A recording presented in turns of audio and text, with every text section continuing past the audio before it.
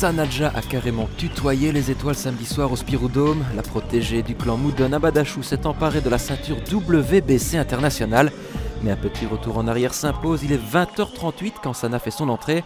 Face à elle, l'Ukrainienne Oksana Romanova, championne en titre dans son pays.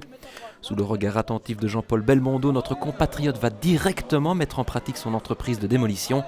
Mais malheureusement pour le public venu en masse, le manque de répondants de Romanova va rapidement tronquer la physionomie des débats. Un adversaire n'est pas un autre aussi. Elle est tombée sur une adversaire qui attendait beaucoup, qui travaillait au contre et qui se jetait, ce qui a fait...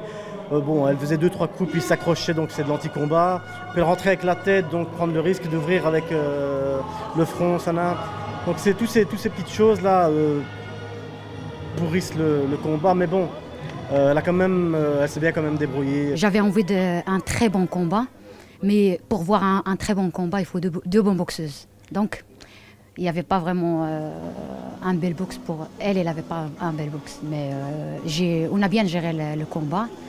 On n'a pas rentré dans son jeu. On a bien travaillé. Ne pas rentrer dans son jeu, c'est ce qui a fait la différence aujourd'hui. Voilà, c'est ça. Tant et si bien qu'au terme des 4e et 8e rounds, Sana peut voir venir, puisqu'elle mène largement au point. La boxeuse récite parfaitement sa partition, mais la tension est palpable au sein du team Sanadja. J'essaie de ne plus être dans le coin parce que je pense que je transmets mon stress un petit peu, donc c'est pas idéal. Hein. Le tout est de laisser faire le travail à ses coachs.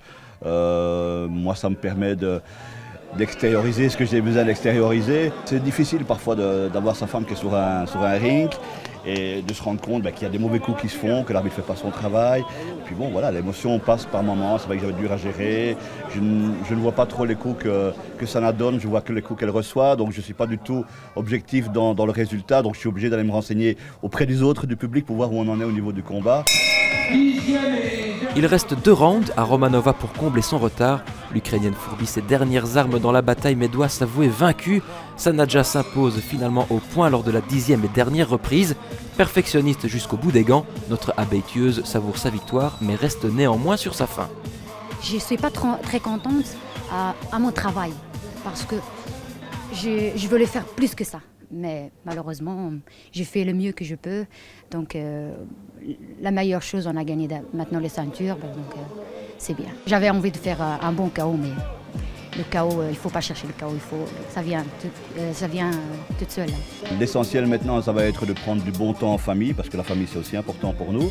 Donc on va aller chercher notre fille en Espagne, on va prendre une petite semaine de vacances, bien se soigner, bien suivi par des médecins. Maintenant, voilà, elle arrive dans le top niveau mondial, on n'a plus besoin de courir après les points, elle peut vraiment préparer sereinement, choisir des bons adversaires, aller divisionner pour qu'on est sûr d'avoir du spectacle. Nous, c'est ce qu'on veut, c'est du spectacle. Si on veut ramener les gens dans les salles, il faut du spectacle. Sanadja intègre désormais la cour des grands. Samedi soir, elle a prouvé à toute l'assemblée qu'il faudra compter sur elle lors des prochains championnats du monde.